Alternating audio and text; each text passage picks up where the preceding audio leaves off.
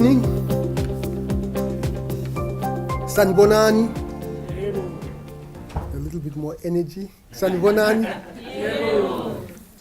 I thank you very much. Please be seated.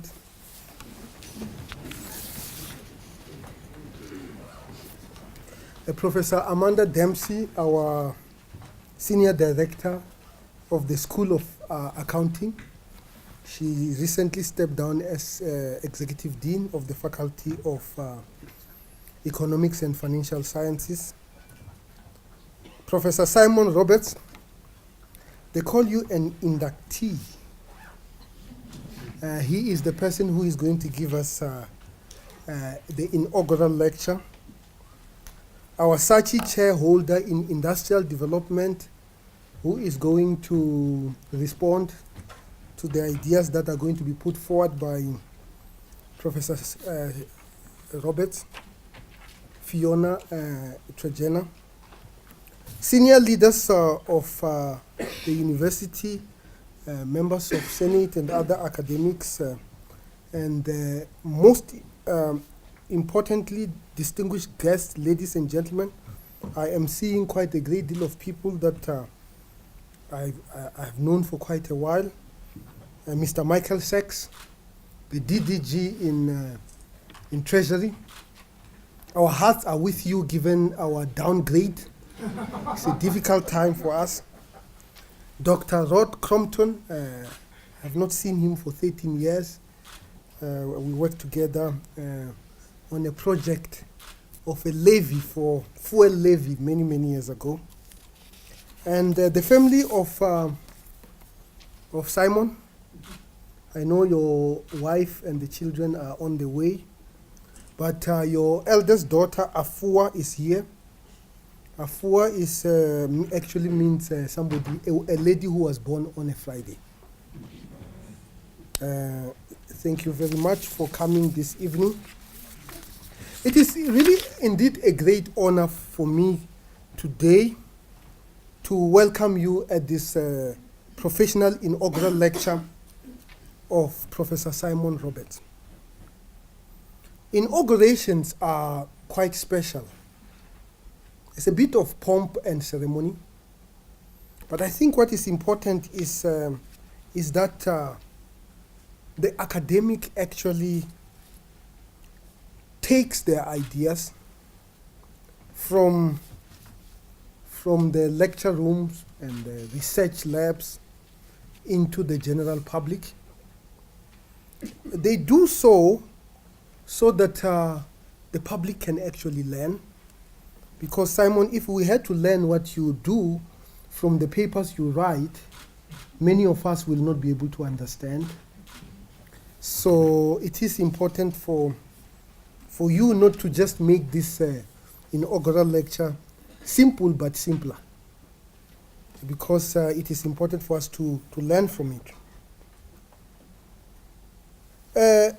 Inaugurations date back from the ancient Greece as an opportunity for the formal investiture of a person into high office, and it marks the formal assumption of office or position of authority.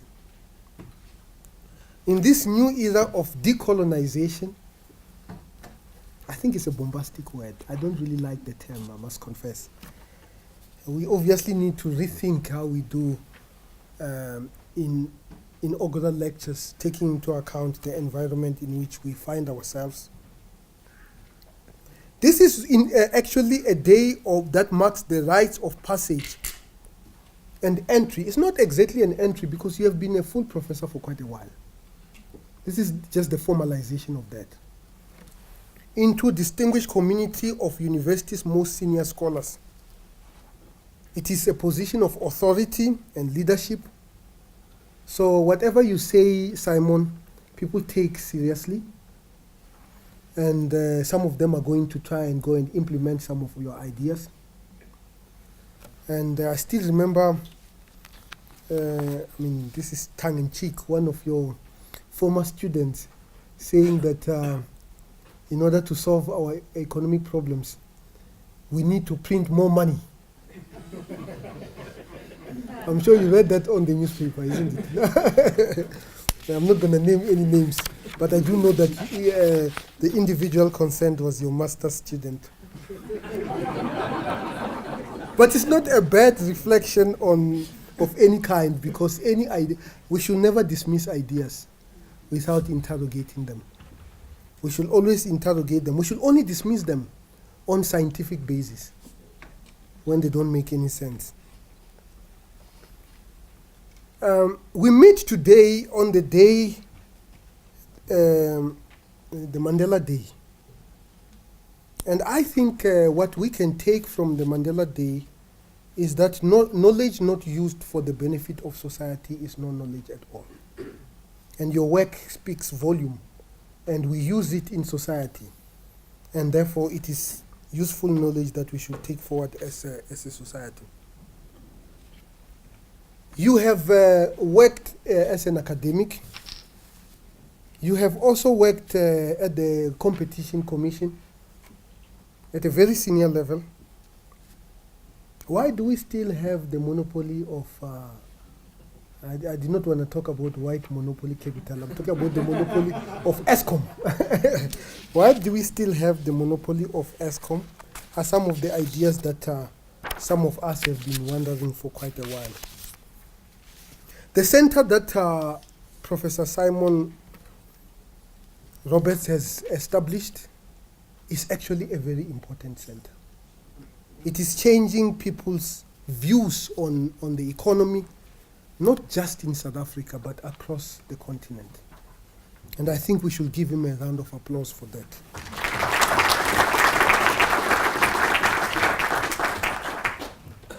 And your work on anti-competitive behaviors obviously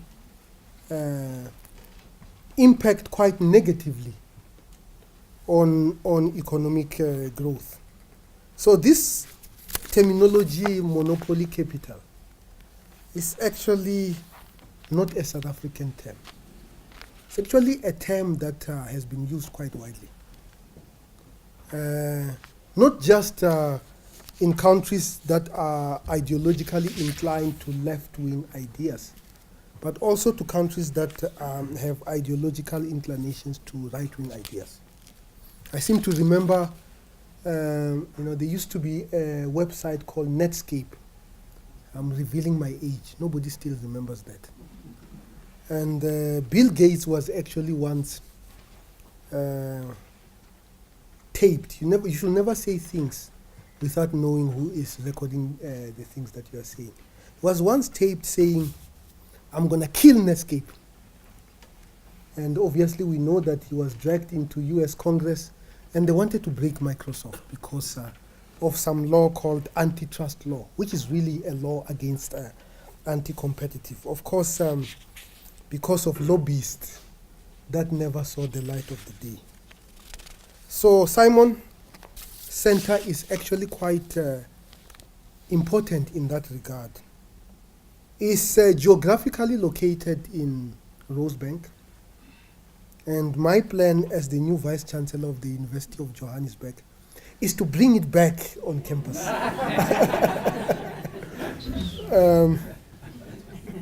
And the reason for that is because we want our students to simply walk into the environment and ask you questions.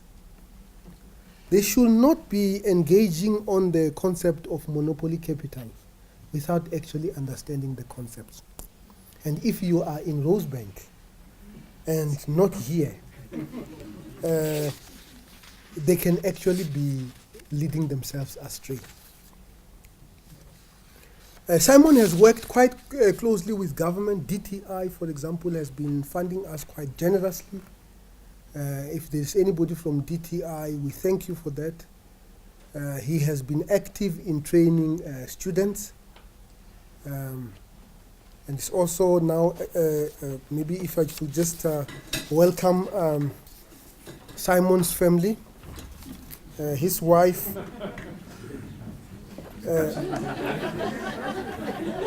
Mrs. Coco Kujo, have I pronounced it correctly?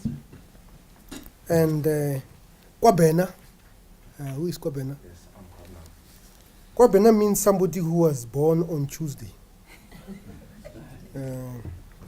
And then Kwesi. Kwesi used to take swimming lessons with my son many, many years ago. He probably cannot remember it. It means somebody who was born on Sunday. And Tato. Yeah, Tato, given the fact that many people here are South Africans, we know what Tato means. So I'm not going to talk about that. So his center has contributed to knowledge production. 18 journal articles in the last 3 years, 23 book chapters. I can, as a former Deputy Vice Chancellor for Research, I can already do a calculations on how much research subsidy this actually attracts to the University of Johannesburg, which is actually quite impressive. We are talking about the order of almost 4 million rand. This is on top of what we get from sponsors. They also host the annual Competition and Economic Regulation Week in collaboration with authorities and regulators in SADC. They also hosted the third of this conference was held in partnership with Tanzanian Fair Competition Commission, Energy, Water, Utilities Regulation. So what Simon is actually doing is very, very important. And Simon, I am going to welcome the head of the senior director to come forward to introduce you so that we can give you space and time to give us a lecture. I thank you.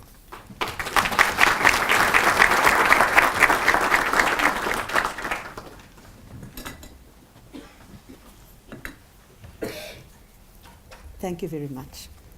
Simon Roberts is the Executive Director of the Centre for Competition, Regulation and Economic Development, called CCRED.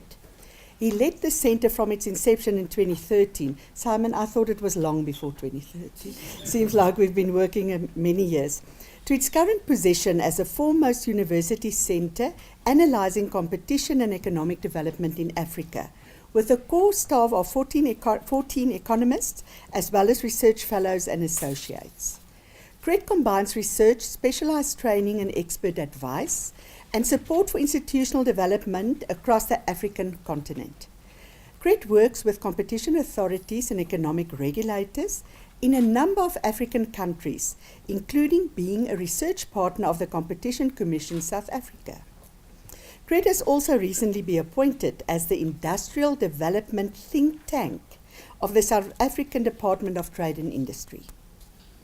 CCRED also runs, as Professor Marwala already concluded, runs the annual Competition Economic Regulation ASA Week, Southern Africa, and I think, Simon, you returned from that this Sunday or Monday. This combines professional education with a conference. It's been held in Zimbabwe, Zambia, and this year it was in Tanzania. Simon's research interests have revolved around the role of large businesses in economic development, including competition policy, industrial development and international trade, the practical application of economic theories to address policy questions has been a major concern, and he has worked with a number of government departments in South Africa and international organizations on economic development challenges. Prior to joining UJ, Simon was Chief Economist of the South African Competition Commission from 2006 to 2012. As a member of the executive team, he was part of building the Commission to be recognized as a leading authority worldwide and led the analysis for major investigations into sectors such as food, construction, liquid fuels, and industrial products. He has also testified as an economic expert many times in the Competition Tribunal. In recent years, Simon has provided expert advice on cases and market inquiries for competition authorities and economic regulators in Botswana, Ethiopia, Kenya, Malawi, Namibia, South Africa, Singapore, Tanzania, Uganda, Zambia, and Zimbabwe. He's been identified as a leading competition economist by Who's Who Legal consulting experts and Euromoney's Guide to the World's Leading Competition and Antitrust Lawyers and Economists. Prior to the Competition Commission from 1995 to 2006, Simon was lecturer, then senior lecturer and associated professor at WITS. He established the Corporate Strategy and Industrial Development Research Program at WITS. He has also been a lecturer at University College Cork in Ireland and the University of East Anglia in the UK. From 2002 to 2004, he was an ODI Fellow at the Bank of Botswana.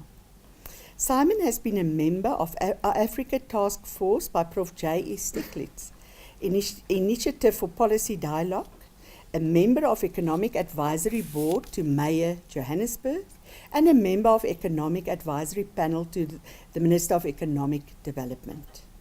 He's been a visiting scholar at the Universities of Columbia and Cambridge. He has a BA Honours in Philosophy, Politics and Economics from University of Oxford, a MA in Development Economics with distinction from the University of East Anglia, and a PhD from the University of London, Birkbeck College. Simon, we're looking forward to you addressing us. Welcome.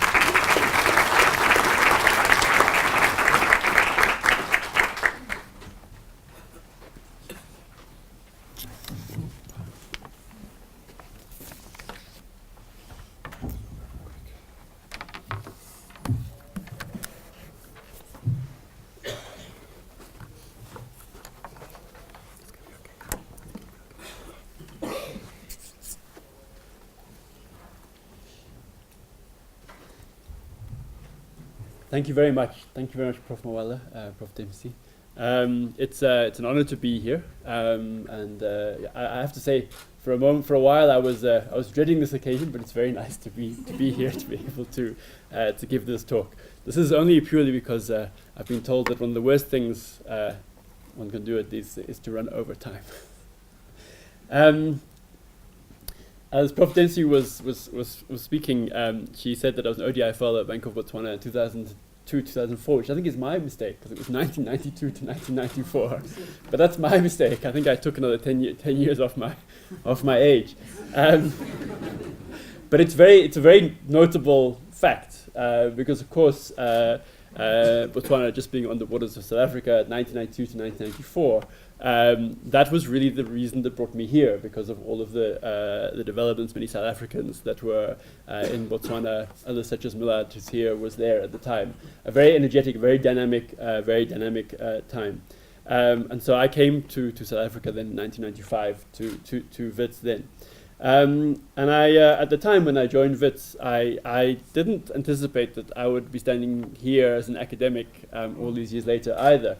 And one of the reasons for that is that I've always been involved in economics in practice, whether it was Bank of Botswana or whether it's the Competition Commission. And I say this because the field of competition and industrial development is really a field of taking economic theory and seeing if it makes any sense whatsoever in the real world, and what theories one needs to use and develop in the real world. But I say it also for another reason, which is that I've learned enormously through collaboration, because when you're working in these institutions grappling with problems in a problem-solving sense, you're also learning from working in teams. And I say this because I've really benefited, and I know there's colleagues here from the Competition Commission as well as other institutions. And in some senses, the talk I'm going to give today and the work that I'm doing is reflective of this collaborative work in teams with people all the way through. But how did I end up at UJ? Well, the three people who brought me here are actually these three people. They may not remember, but Prof Trigena, she is the first reason I'm here. If it wasn't for Fiona, I would definitely not have come to UJ. Because she opened the door and she suggested that UJ, as a young and dynamic institution, was very open to developing new areas. And competition economics, industrial organization more generally, was a very, very new area. And then Prof Mwala, we came to you, I think, with a proposal on work when you were at DVC of Research. Not sure how you were going to take it, and we explained the rationale. And you said, fine, go and do it. It was that leadership that gave us a lot of confidence, but also I think demonstrates all of the strengths of UJ, the ability to take decisions, to be responsive, and to push things forward. And on the back of that initial grant from the University Research Committee, National Treasury funded the work that we did on barriers to entry. So it really is very, very important. It was a very important step that was taken at that point in time. And Prof Dempsey has been our supporter all the way through, and has been incredibly supportive, helpful, and has really been a problem solver.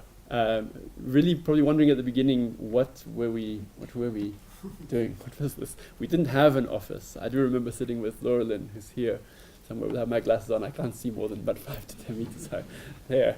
And we squatted next to the staff room when we had our meetings.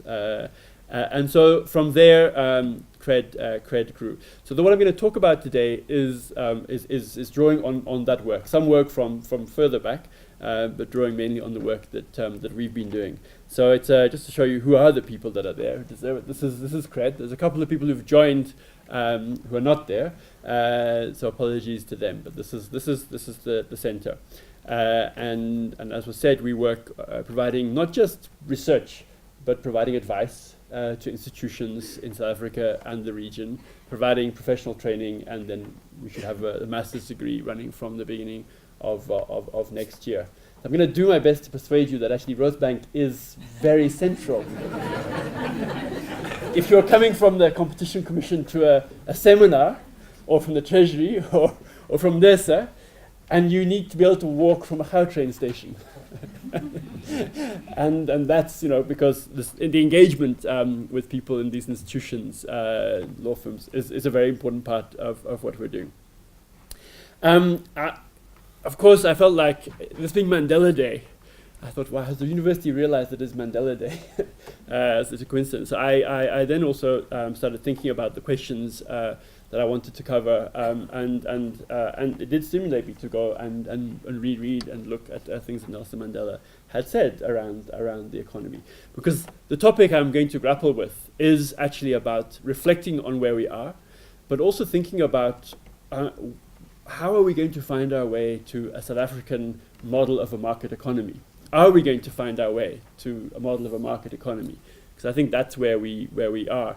What are the rules of the game that are going to work to give us a way forward, which is going to give people a sense of that? And that's where I think fairness comes in. I think people relate to things in a kind of fairness way. People want to believe that there is a fair shot, that effort and creativity and hard will be rewarded. And obviously the economy will be unequal and it will be difficult, but I do believe there is a very core message about a market economy which we are not communicating very effectively. It's easy to say what isn't working, the monopolies or whatever, but the constructive story about how our economy needs to and can work, and not just in South Africa. I think this is something that is grappled with many African countries as well as economies around the whole world.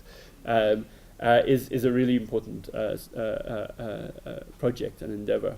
And I'm going to link that to capabilities, because ultimately we need a market economy which enables people to invest in themselves, invest in their children, invest in their community, whether it's related to education or whether it's related to small businesses. So a longer term view, essentially. So these were 3 quotes that I came across. I was trying to find one that captured it, but the 3 quotes I thought were important and had different emphasis. So I wanted just to highlight them. The first quote is to international audiences, was in Canada. But the point I wanted to highlight was that the emphasis of the need to restructure the South African economy so the wealth is shared by all our people, black and white, and to ensure that everybody enjoys a decent and rising standard of living. And we talk a lot about income. Social grants provide incomes, but I think there is this problem about wealth, and particularly the extent to which wealth, as it's passed on, people inherit it, has this long-running impact, this huge long-running impact. and I don't think people who have that wealth have faced up to it. I think we tend to believe, well, we've earned it, so we should keep it. And I think that that's a very important part of reflecting on how we change that. The second is interesting as well, because it talks about the right to use any economic instrument to stimulate growth and effect redistribution. And we're failing to come up with ideas, which are creative ideas using economic instruments, I think. I'm saying this in strong terms. I mean, there's lots of plans on the table. But I do believe we want to think about the kind of creative solutions to change the rules or shift the rules so that people don't say, well, the only way to get by is to break the rules, which is what we can observe. And the last one is interesting as well because it's 2001 and reflects on the fact that the long-term stability of our democratic order is also dependent upon all sectors of the economy participating meaningfully at all levels of the economy. So what is this meaningful participation that we're talking about? And so I think this is really critical. And this is very huge topics. And what I'm going to do is dip into some of the work that we've been engaged in. But first, a word about economics, because economics has also been in a kind of a crisis, for a long-run crisis, I think, at least a couple of decades, if not more. From kind of going very mathematical models are still there. I know, Prof Mahler, this is one of your fields. So I don't want to be criticizing it, but alongside that is a grappling with the real world, about how consumers actually behave, how people actually take decisions, about what's talked about as market failures and imperfect competition. And I want to highlight those two things because one response is to try and correct the market failures and see them as discrete incidences. And in imperfect competition, you say, well, people are colluding, so we'll stop them colluding and then they'll compete and everything will be fine. So talking about markets as if they're things that can be dealt with and corrected, as opposed to looking at markets as things which are intrinsically bound up with power and governance, long-term relationships, and imperfections around the information that people have, the values they hold. Which means that economists must also talk to sociologists and historians and groups of people in the university that often they don't want to. Particularly in South African universities, I think economics has moved across. It's also why business schools have grown, I think, so strongly, because they're happy to talk about interdisciplinarity. So I think there's a set of issues there that I just wanted to highlight at the outset and come back to. But of course, these arguments that people make scientifically are bound up to positions that they have. So people typically say, yes, I know it's not perfect competition, but then use a model which essentially assumes the markets will be competitive. And this has an impact on interests. So I asked about whether I should use some of these cartoons, but I thought, why not? So there we go. And yes, it does depend how rich people are. I mean, if you look at the business positions and some of the work that I did in the late 1990s around the negotiations on the Competition Act, arguments being put forward very strongly about you shouldn't inhibit, you shouldn't reduce certainty or reduce uncertainty because we won't invest. Well, where we are now is there's uncertainty for other reasons, so people aren't investing. So I think we need to think about that. And then the inheritance of the inherited positions that we have. South African businesses, many of them very entrepreneurial, very dynamic, but sometimes not as amazing as they think when they go and enter another economy, and then they don't do quite so well. And that's when you can see that the business that was amazing here in terms of the profits and returns to shareholders, when it suddenly becomes the largest hospital group in the UK and ends up losing money year after year after year, it doesn't seem so good. So there are entrenched positions that people have. And yet people say, well, I deserve this position. This is a position that I worked for or people before me worked for. So that, I deserve my position. And the inheritance point here is like, these are obviously kind of more extreme, but I'm here, so therefore I deserve it, right? And we need to bring this down to practical things like, what is the tax on inheritance? What about wealth taxes? Now, wealth taxes are very leaky and very difficult, right? So maybe we shouldn't do them. But there's wealth and valuations on wealth being impacted all the time. And this is very tangential to what I'm going to talk about. But the How train redistributed wealth, because everybody with a property within a kilometre of the How train, the value went up. The failure to get the price of trains on the tracks had the opposite effect on property values all around that. There are decisions taken all the time which redistribute wealth. So this is something that we have to grapple with. But let me come to understanding markets in the real world. So as opposed to the perfect competition world, this is what real markets look like. And then we get involved in these real markets. So I'm going to talk about food a little bit. This is the poultry market in kind of in all its complexities. And what are the points that I want to highlight? Well, first of all, poultry really matters. It's the largest source of protein, and it's the cheapest source of protein for consumers in southern Africa. In fact, I think most of the continent. So it really matters. It's also a really big sector of agriculture. And how do these markets actually work? Well, you've got concentration at different levels because there's economies of scale. And so you've got integrators in the center, so Astral, CBH, and Rainbow. And there are big economies of scale, so it's going to be big companies. It's not that we're going to have lots and lots of small companies, they're going to be large. But how do they behave? Well, they behave in the context of a system, a production system or a value chain, as we'll talk about it. They derive power because they've got the licenses to the breeds, which come from multinational companies. So there are basically only 2 breeds in South Africa. In fact, of most of Southern Africa. They're called different things, and they come from Cobb, which is American, or Aviagen, which is Europe. So we eat 2 versions of 2 chickens, essentially, in the whole of Southern Africa, and those are exclusively licensed. There's been some opening up, and there's some other smaller breeds coming from them. And so they control the breeding stock. And this is really important because how good your breed is your productivity. How much feed the bird needs to eat to produce a kilo of meat is your key variable. It's about 1.6 kilos of feed for a kilo of meat. If your chicken runs around too much or doesn't grow so fast and you need 2 kilos, your productivity has gone down the tubes, right? So this is productivity in action. But they're controlled. There's been lots of competition cases.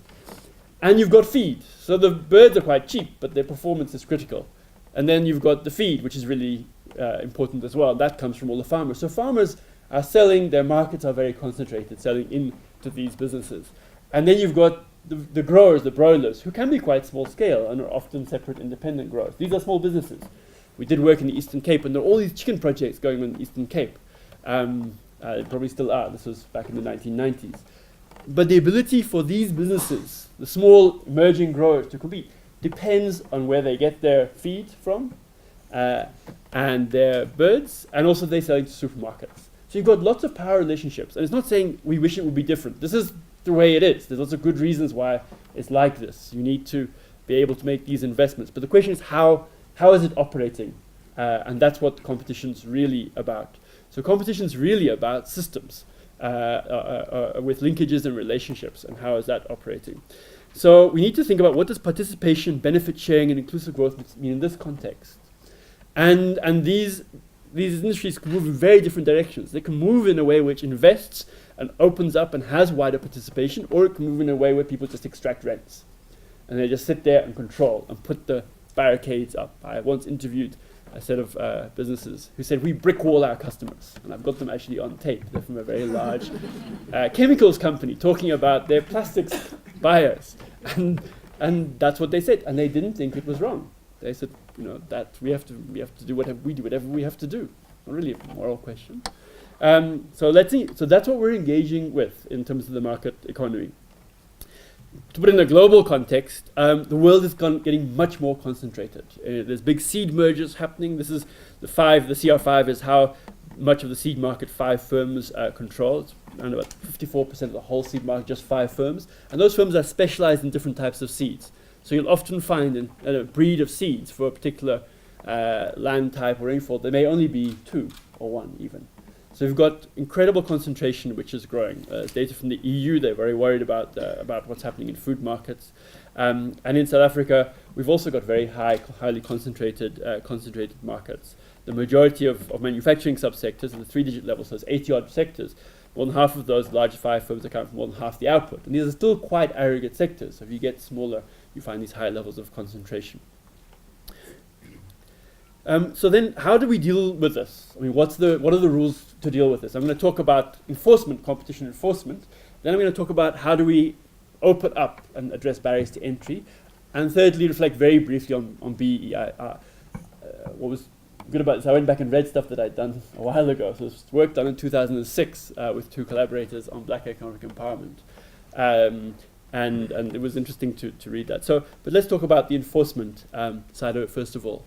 And that's the side that gets the big PR.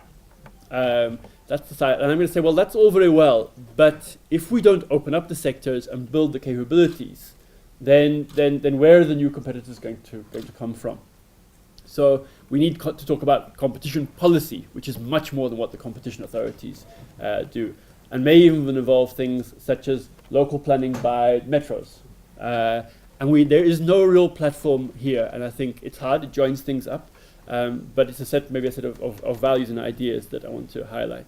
So clearly, the role of competition enforcement is, one bottom line is firms should be competing, they're colluding. This is the famous bread case, where the 4 main bread bakers colluded over the bread price. This is now almost ancient history in competition terms, such a long time ago, because things have moved so fast. So what has happened since then is that there's been cartels under every stone that the Commission has turned over. So this is the number of settlements. Almost all cartels are settled. It's been confirmed by the Competition Tribunal. Just the number. And now they're coming in, or at least a couple a month. There was 2 chemicals producers producing surfactants, which is a chemical that goes in soaps and detergents. And they settled with the Commission last week. So this is just a number. But if you go back to 2004 and 2003, there was a review done by the OECD then, which said there aren't very many cartels, and this is because South Africans businesses are so scared of the competition law, they're not colluding any longer. And their values are values of competitive rivalry. And this shows that basically, of course, you'll collude. I mean, it makes sense to me as well, having heard many of them talk. I mean, they said, well, why would we have this irresponsible price cutting? So we had to stop it. So what did they do? Well, they got together and had a meeting in a hotel. That's what I remember very well, somewhere in Mpumalanga. The market had to be managed. So when government liberalized the agricultural markets in 1996 and swept everything away, all the associations got together and carried on regulating it in their own interests. And another one, a quote which went along the lines of, nobody's really harmed for this except for the customers. Well, who cares about them? Now these are, and the firms, it's a values thing as well. I mean, they weren't going home feeling terrible and guilty at night, right? They really thought that government hadn't really understood how the real world actually worked. So we've had this wave of cases, and the Commission's been incredibly effective at dealing with this. It became a large part of what I did at the Commission, and not what I expected to be doing when I joined there. It was actually things to do with cartels. But there are 2 big questions that come out of that. First of all, and this really is something that Eleanor Fox is here, Professor Fox from NYU has talked about, is, so what about collusion 4.0? Firms are now talking about using algorithms to collude.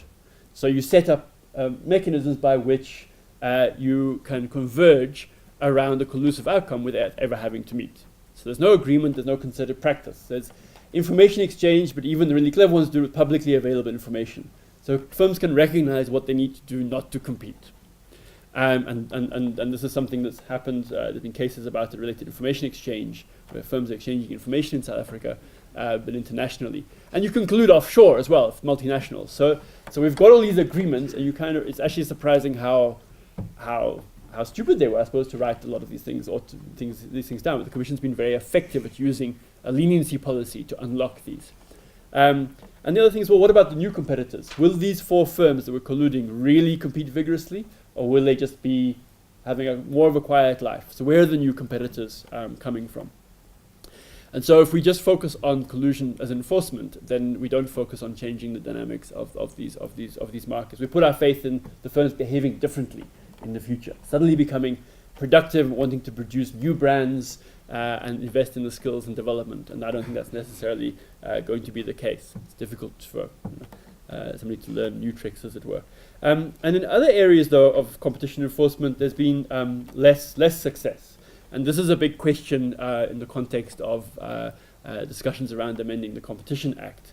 So you've got vertical restrictive practices, where a firm's vertically integrated. So firm 1 produces at the upstream level and at the downstream level. So in the poultry case, you've got a firm that might produce the breeding stock, and it mills the animal feed. It's a miller of maize and soya, and it operates at the downstream with an abattoir.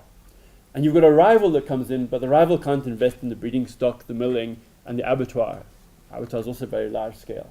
So the rival comes in, and the rival's forced to buy from its competitor. So you've got rivals that are coming to buy from its competitor. And you've got this vertical integration. It may be an agreement or it may be internalized. But of course, the firms that are integrating and are agreeing not to compete were not competitors to start off with. They're not operating in the same markets. So vertical agreements are not agreements between competitors. And there's lots of efficiencies that you have from internalizing the costs of having to, if you're having to trade on an arm's length basis. And that's natural that you're going to have that. But it does lead to these really big questions about what does this mean for entrants. And particularly what does this mean for entrants that are not a multinational deciding to enter South Africa with all the capabilities, but what does it mean for an entrant to come in? And there's a really big kind of policy choice here between efficiencies and rivalry. And our act, I would argue, and certainly how the courts have interpreted, has placed the weight on the efficiencies, which lower cost to producers because of these efficiencies. But I think we might think about whether we might actually have less efficiencies, but more rivalry. Would this actually be worth opting for in the short term? So you might want to open it up and allow greater rivalry. And what about the different business models that the outsider would bring, for example, where the incumbents are, and you may have a few vertically integrated businesses that are bringing to the table. In the context of network industries, you have similar issues. The bank said, look, we're competing with each other, the four of us. We are yet integrated across. But it really took Capitec to show how they weren't competing. And one of the pieces of work shows how much bank charges have come down. So the bank said, we're competing and we'll do the Mzansi account. It was so kind of ineffective when you compare it to what's happened with bank charges with Capitec and the attention. And so Capitec was an outsider. But how did it manage to get in? Well, it already had a banking license. It had lots of capital behind it. It's kind of the exception that proves the rule. So unlocking some of these value chains, placing more weight and onus on the large companies to justify why they have to be vertically integrated and why they won't open up part of their supply chain. And there's interesting comparisons to countries like Chile that have done this opening up process. And then the abuse of dominance, where some people here have heard me talk about this ad nauseum, I think. Where you've got a dominant firm that's not vertically integrated, but it can engage in a range of conduct. And here again, there have been very, very few cases. An average of just over one a year being brought to the competition tribunal. So around 22 have been referred. Most of them have involved previous or current state-owned companies. And in terms of the decisions, looking overall, there's essentially been a small number of findings. There have been penalties, conclusive findings of abuse in 5 cases, plus settlements, some settlements. And the only firms that have paid penalties for monopolistic behavior has been SAA twice, Telkom twice, and Foscor, which is owned by the IDC.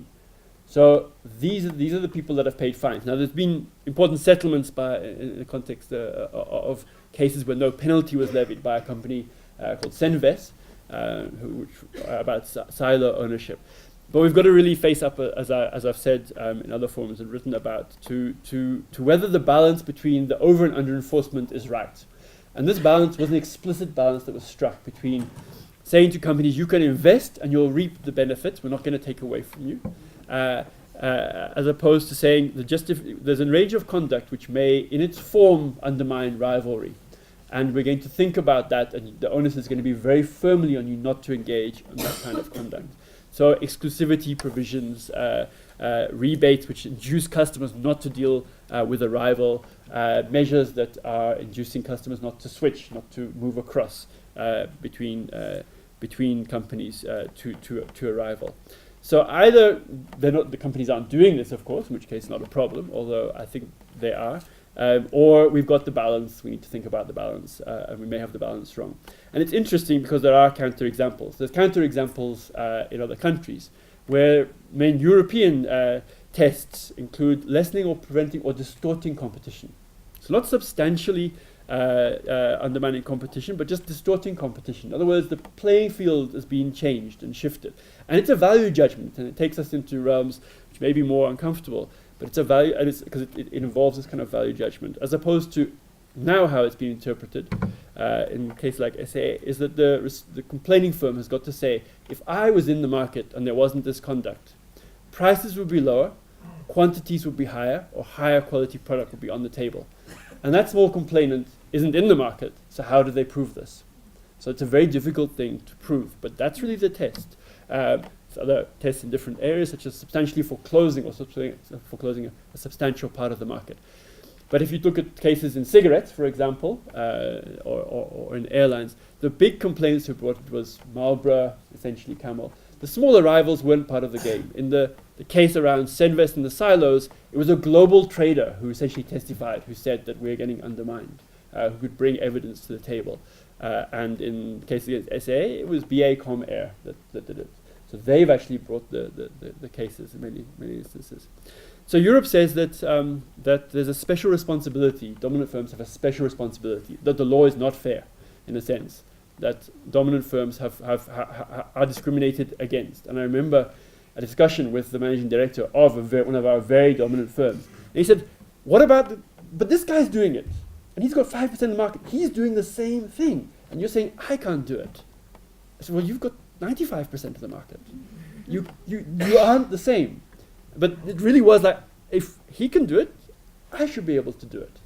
And that law says no, that there may be a big difference, that we actually are imposing obligations on dominant firms because of where they are. They need to be fitter and keep running faster and better, making better products. We also do it in mergers. So on the right side is the kind of substantial lessening of competition, and of course the large firm can prove efficiencies. They've got lots of efficiencies. And the left-hand side is mergers, where we've actually put a whole lot of things into the Act, which actually guides the authorities to think about history, think about how firms have behaved in the past. And when the tribunal, Dave Lewis is here, has written that history matters, the appeal court says, no, it doesn't. It's not in the Act. There's no such thing. Or when they've written, well, it matters that the firm has had 90% for 3 decades instead of 55% of the market. Super dominance. They said, no, it doesn't. It's not in the Act. And it isn't in the Act for monopolistic conduct.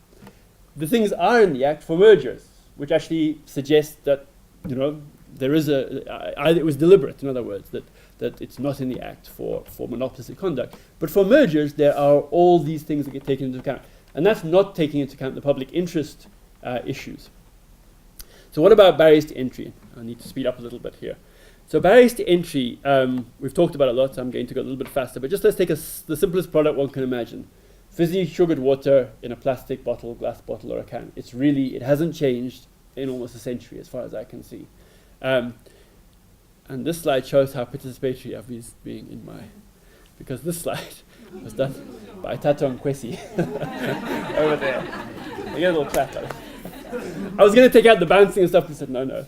So I was explaining, so what does this mean? What does it mean what you do? I said, well, think about a company that wants to get in and make a soft drink. It's not very difficult. I mean, it's a mature industry. So there's a company called Twizzler. There's Cree and Jive, a black industrialist as well.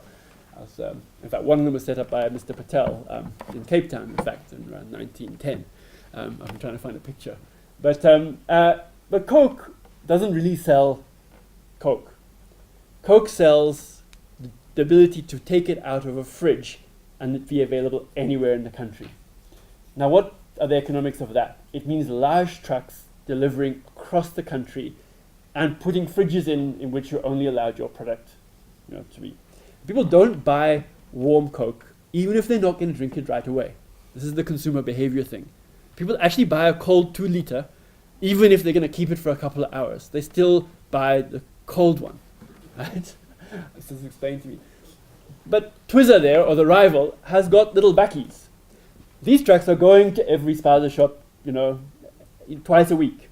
And if you jumped on the back of it, then the spaza shop would get one delivery with both on the same truck. Instead, they've got to invest and drive. That's why schools are there, by the way. I didn't think schools were a big market for fizzy drinks, but I'm sure they are. So you've got supermarkets with fridges and outlets, and then you've got spaza shops. And actually, it's Twizzler's been built on the spaza shops. They've penetrated what's called the local and traditional market. And they've actually done it pretty well. Partly because a merger came along, and the tribunal and the economic development department really said, aha, now we've got a merger. You want to merge. Coke and SAB were merging their distribution chains. So now we can stop your merger unless you open up 10% of the fridge space. So now fridge space is open. And actually, the rivals appear to be growing. There's about 5 rivals. You'll see Refresh, Kingsway, etc. around there. And they're actually growing seems to be quite strongly. So barriers to entry are about routes to market, about building a brand awareness, which takes a lot of time because consumers are sticky. It's about the patient capital that takes you that time. It is about the capabilities in terms of making the product as well, and the economies of scale. But think about the brand awareness, the routes to market, etc. That's really critical. So supermarkets are very important as managers, and retail outlets managers of markets. What about black economic empowerment? Well, this is work that I did with Stefano Ponti and Lance van Sittert and something called Grace Mohammed about 2006. We looked at different sectors and then built it up as to how the BE policies were actually working. And essentially what we said was, well, what we have is a situation where it's not just about ownership, which wouldn't change economic structure. It's not just about ownership, but there are these other things that have been put in place in broad-based black economic empowerment. But what's happened is that these rules have been set up in a kind of outsourced way. And the debates have been moved from a political debate about empowerment and access to a kind of managerial debate. And then we should be surprised if actually we found out that all the auditing systems and have all been jippoed, by fronting, etc. And we were saying, well, no, that's what's happened in a whole range of economic policy areas. That there's been this kind of creation of a system of rules or codes, not just here, environmental compliance, fair trade is another one as well, that they've worked on a lot. And essentially this is outsourced a set of things which are about policy making. And now 10 years on, I think that's the case. Let me then jump to, in the last 6 minutes or so, jump to looking at our industrial structure. So why does this matter and what's happening with our industrial structure and capabilities? And it's dismal, really. And it shows path dependency of an economic and industrial structure. This is the picture of our export basket, merchandise export basket of South Africa. And so it's the percentage shares of what we export. And the belief around 94 was we'd liberalize, expose these industries to the global economy, and we'd have diversified capabilities. I wrote about this around about 2000, I think, or even earlier, saying, well, it may not work. It may not work like that. John's done a lot of work on this as well, and how the industry has changed. But if you look at it, the first bar is minerals. So gold, platinum, iron ore, coal. So the gold has gone down, but the coal and the iron ore has gone up. And after that, it's paper, two companies. And then it's basic and refined chemicals, which is largely one company, and basic metals, which is also largely one company. Stainless steel is also there. And that takes you up to 60%. So we still export what we exported 20, 30 years ago to a very large extent. Now, there's a couple of outliers. Motor vehicles has grown. There's strategy for motor vehicles grown, but there's big questions about whether they've invested in capabilities. And machinery equipment shows that we can do it. This is mainly mining machinery equipment that goes to investments outside South Africa and Southern Africa. We have these capabilities, and we're still performing in those export markets. And actually, it's also generating or stabilizing employment, so it's a really interesting outlier. Apart from those two, then there's everything else, all the other diversified capabilities, which we've failed to grow at all. And in terms of the output performance, those minerals energy complex, as Avrestam here has written about, those minerals energy complex sectors within manufacturing grew very strongly after liberalization. So this is the output growth, along with motor vehicles. So very strong rates of growth, 6, 8, 10% a year for the first 8 years or so. So liberalization meant our established capabilities were exploited further to export. It didn't switch us away from the economy. That engine stopped around about 2002, not 2008. 2002, the resource boom came in, and what did we do with the money? We didn't invest it. We spent it on consumption. We ran a trade deficit with all those resources. So it didn't help build up industrial capabilities. And I remember when the Harvard team came in 2008, they said, you've got a resource boom and you're borrowing from portfolio capital markets. You've gone to the machinistas, basically. And what are you doing? You're spending it. But it felt good. I mean, we've got this feeling of it, property prices were going up, and if you had access to credit and you owned property which was going up, it felt good for middle class. It really did. But the industries were doing very badly because tradable industries, apart from those going into construction, with the World Cup coming. So 2008 came, and then we woke up to an economy which really doesn't justify an exchange rate of 6 rands to the dollar. That's not really our education system, etc. It's just the stuff we had in the ground to where we really are. But now we're not responding because of the kind of breakdown, if you like, on the things that are around us in terms of the fabric. There are some good sides to the story, which I want to emphasize before wrapping up. One is that economies around us have started to grow, and there are integrated production systems. So we are exporting diversified products, machinery, equipment, and food products. This is exports to SADC. So we've got very rapid growth, and this is just in dollar terms, of exports to SADC. And our machinery equipment sector is continuing to do well. It's fallen back, you've seen here, in terms of exports to the Copper Belt particularly.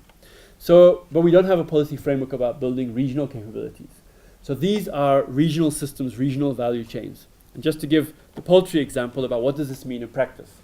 We import 20% of our poultry as South Africa from Argentina, Brazil, Europe and North America. Europe and North America. 20% of our consumption is on the table, essentially. Where is the competitive conditions for poultry, for animal feed? It's in countries like Zambia. That's where the rainfall is. How far away is Zambia? About 2,000 kilometers. This is about the same distance Sao Paulo is from Mato Grosso in Brazil. So they have an integrated poultry strategy. It's inside the same country. We, to have an integrated poultry strategy, need to grow soya as well as our maize. That means we need to work with Zambia, because that's where the soya production has trebled over the past 5 years. They've gone from importing to net exporting, and they're now selling into South Africa. They're supporting the competitiveness of our poultry industry. But the transport costs are very high, and the coordination and advisory services around the growing conditions, all the nitty-gritty, needs to happen. We need regional institutions of industrial development. And this brings me to the fairness mixed up with the capabilities. So we've got market economies here and in the regions, but I'm not sure that they're very strongly embedded, because people, I don't think, believe that they're fair, and that there's a possibility to participate. This is a quote from a Korean academic writing about South Korea and Japan, very concentrated economies, but very productive economies, and economies where the chaebols competed vigorously with each other. So large conglomerates competed vigorously with each other and changed their positions within an industry. So number 3 became number 1. And if you look at our milling companies, our food conglomerates, you see them in the same positions. You don't see this dynamism. You don't see that people are being rewarded because they've put that effort and innovation in for that. We've got this legacy of structure and entrenched market power, in other words. We need a competition policy that's going to foster that dynamic rivalry as well as enforcement. So I do believe that enforcement, there are changes that can be made along the lines that I've talked about. The barriers to entry platform needs to be a multi-pronged one. There's no silver bullet which says, let's give finance. If you give finance to somebody but you don't change the routes to market, the money is going to be squandered. It's going to be wasted. So the product needs to get onto the shelf. So you need to have an arrangement around supermarkets. There must be an arrangement around routes to market. And there must be an arrangement around the finance being long enough term that you can build that brand awareness. And people will fail. But if you're talking about changing the structure of a sector, and you finance 10 new entrants and only 2 of them succeed, but those 2 become like a Capitec or a Fruit and Veg City in supermarkets, then it's economically worth it. If you're an equity investor, you get it paid back. But if you're lending your money, you've lost it on the 8th, and you've only got it on the 2. You'll never be able to do it. So we need a finance strategy that actually wants to finance rivalry. We want to, in a sense, nurture and foster more competitive markets out of that.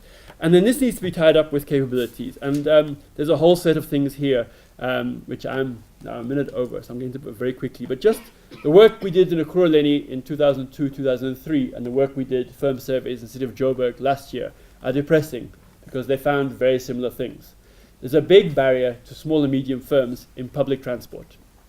Firms running a 3rd shift need to get people to and from work at 10 o'clock at night. And it's a particularly big problem for medium and small firms, because the large firms with 800, 900 employees are taking their employees in their own buses. They can privately provide. The same goes for training institutions. They set up internal training institutions. But you've got all this duplication of things that should be happening at the local or the provincial level. And the medium-sized firms can't do this. Or if they do it, it's a much higher cost for them to do it. So there's a whole lot of things happening at the local level. The national level and the regional level I've talked about briefly. So my final slide is really about an agenda. So bringing together, if you like, the different legs, which is our research agenda, and with collaborators, working on competition, but more as anthropologists of markets, not just as understanding enforcement, linking that to the structure of the economy and the challenges of reindustrialization. And it's interesting to look at what other countries have done and how much they have changed their performance over years. I think we get stuck sometimes in thinking that all developing countries are doing badly. We read about Brazil on the news, and we think this is not happening. But middle income and upper countries, generally, industry has been growing faster than GDP, and they've been performing much better than us on average. And there's lots of diversities and complexities around this. But there's actually lots of lessons out there to be learned about these changes. And thinking about it as being integrated across borders, particularly in the Southern African context. And there has to be a story that we can tell around how this ties up into investment and some redistribution ultimately of wealth and endowments and well-being out of this, which is not the main part of my talk, but it has to be, I think we have to try and tie these things together. So interdisciplinary and collaborative, building institutions. It's very interesting, when all the energy regulators got together in Tanzania last week, they all agreed about a whole range of issues around actually the need to open up markets, for example, to independent power producers. But in our context right here, we've locked all those doors down. In fact, they are complaining, and neighbors are complaining about the power of our ESCOM. And this is not a privatization story. Those could be also publicly owned entrants or owned by public stakeholders. So we were told the story about how when Botswana wanted to sell us power, we said no. Now we've got excess power. Right now we're trying to sell it to Botswana. After telling them we would not buy their power after a very large sum of money had been sunk into the feasibility studies for them to have their power stations that are there. On the good side, there's lots and lots of data out there, and lots of tools to use, and lots of ways to access knowledge. And so building an observatory on markets across the region, we think, is a really important endeavor. And Johannesburg is the right place to do these kinds of things. It's not the economic hub of South Africa, it's the economic hub, clearly of the whole of Southern Africa. So a bit of marketing to finish off with. We've collaborated with all these institutions in the past few years, so thank you to all of them, National Treasury, DTI, Gauteng Province Economic Development, as well as a range of institutions in different countries. So thank you very much to all of them, and thank you, I'm not sure I thanked Victor, thank you very much to all of my colleagues as well at CCRED. And as you'll see in the paper, I was very relieved when my family arrived. So thank you very much to my wife Coco for all of the support and keeping me very grounded. She says, well, what does your work mean? What do you understand by these values? And how do you communicate them? Because you're not communicating very well to me. So you have to start again. And to all of my children, Kwabna, Fia, Tato Kwesi, and my brother and sister-in-law who are also here, Quen and Emmanuel. So thank you to all of them for all your support.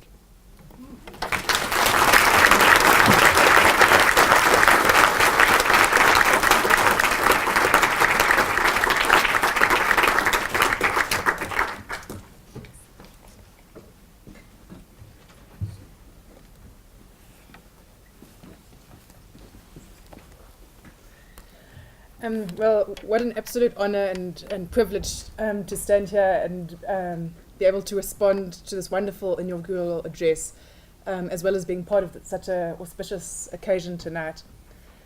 When I met Simon 21 years ago, I never would have guessed that we would end up as colleagues here at UJ, let alone that I would be standing up here at his inaugural address tonight. And part of the reason why I would never have imagined that was that when I met him, it was as one of my honours lecturers at WITS.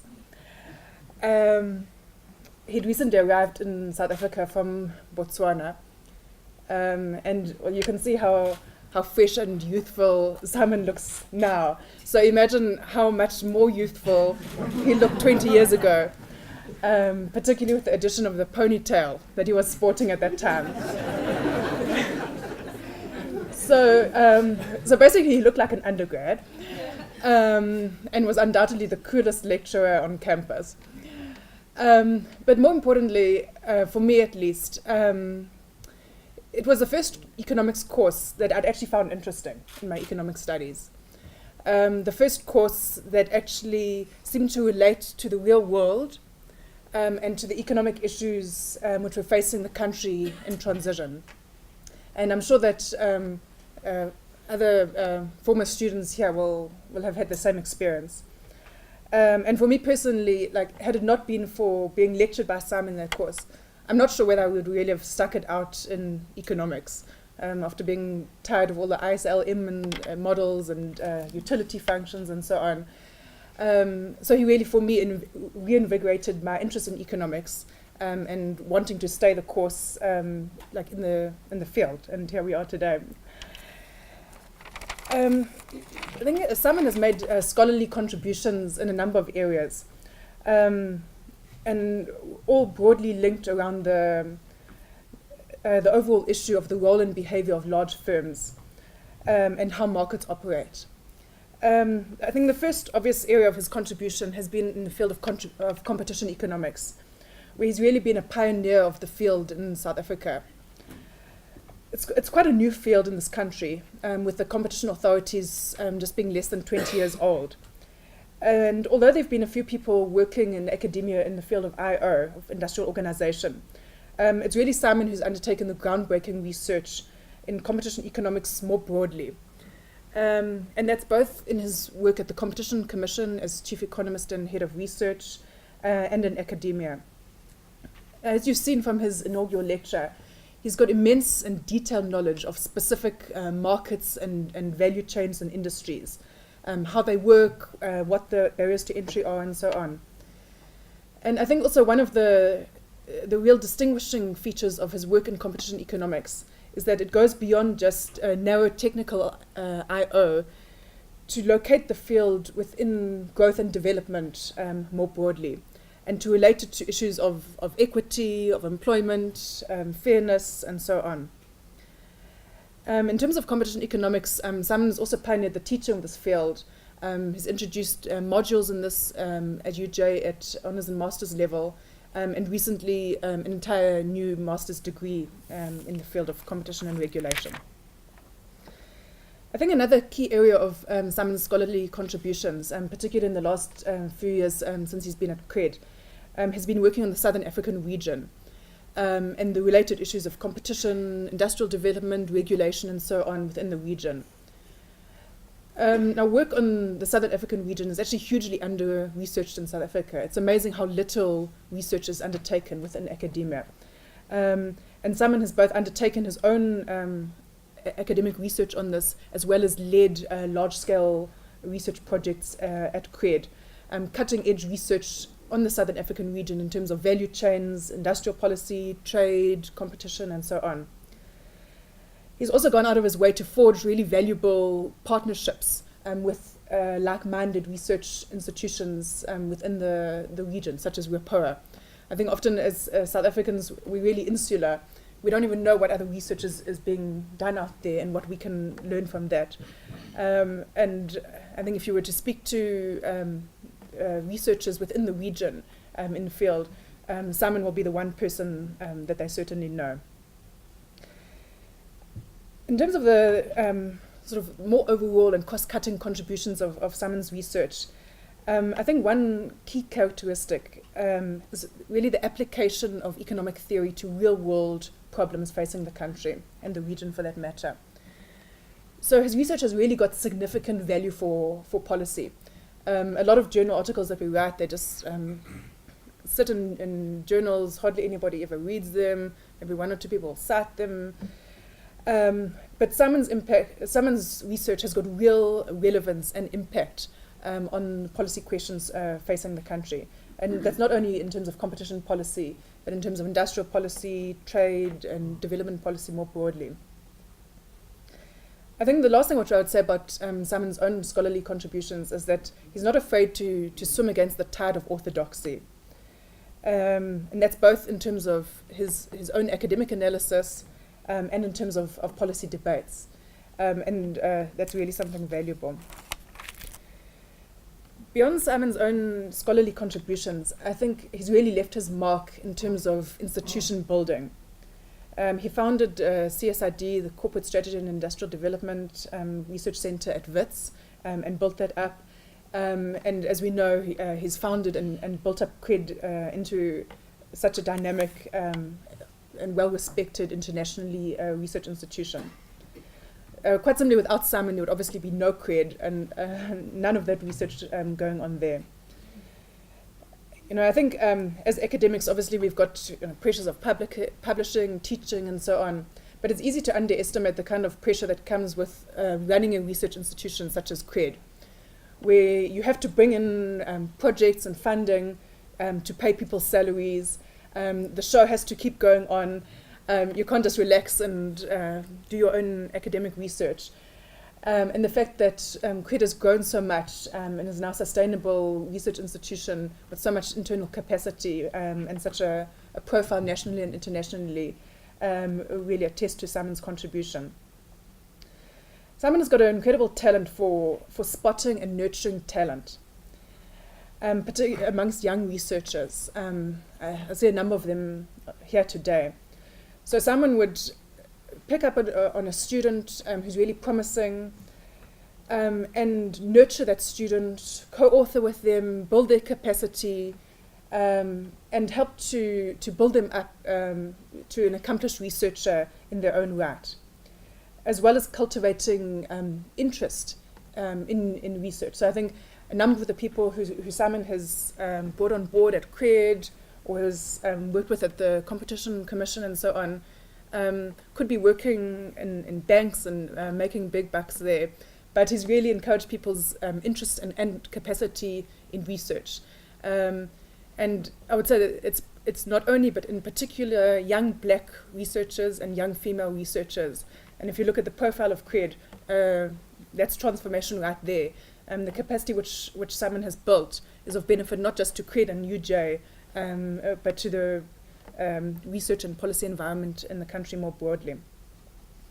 If you look at his publications and the joint publications which he's done with students and former students, that attest to that kind of capacity building. So I think, South Africa has really been fortunate that Simon ended up here. I'm sure he didn't expect to stay this long, but we hope that he'll be here permanently. He's really left his mark in the South African landscape, on institutions, the competition landscape, in terms of academia, and so on, not only in terms of his contributions to knowledge, but also in terms of building capacity in institutions. So I think it's one person that you can say, had he not been there, we would be able to notice a marked difference. And lastly, I think that everyone would attest what a pleasure it is to work with Simon. Even when he's under pressure, which is most of the time. He's good-humoured, he's cheerful, he's inspiring, he's encouraging. So what an asset we have in Simon, both the country and UJ. So congratulations, Simon, not just on this inaugural, but on everything which you've contributed and accomplished.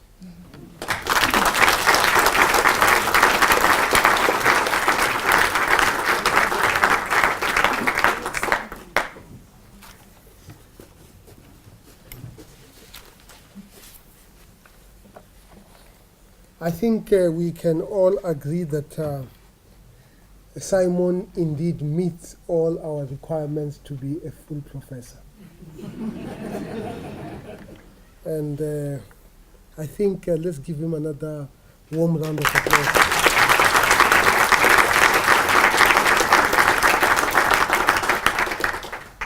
No, Simon actually raised very, very key issues. Last week I actually just I'm an engineer, but last week I did publish a book on economics. And one of the issues that I think, Simon, you will have to take into account is that decision making is no longer being made by people. And that is actually the topic of my book. They are being made by artificial intelligent machines. And this has all sorts of implications on all sorts of economic theory, whether it is bounded rationality, efficient market hypothesis, mechanism design, game theory, even behavioral economics, rational choice, and maybe the controversial one, rational expectation, even demand and supply. When you go to Amazon, they basically build a demand curve for you, and they price you accordingly. So if you and your friend go and buy the same book 1 minute apart, you will pay different amounts because your demand curve is different from that of the other person. And I think even in competition economics, I think the advances in artificial intelligence are changing the nature of economics. Automation is going to change the nature of competition. And I think that is probably what, as the University of Johannesburg, we should distinguish ourselves as we go forward. Once again, let's give Simon a round of applause. I'm going to welcome him and the Senior Director and Fiona to come forward. This is the formal part of the event. Sometimes rituals are important.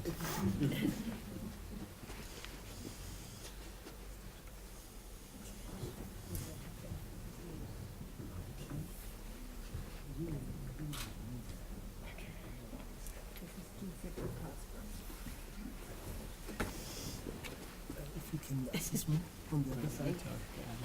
Yeah, it's just you can just.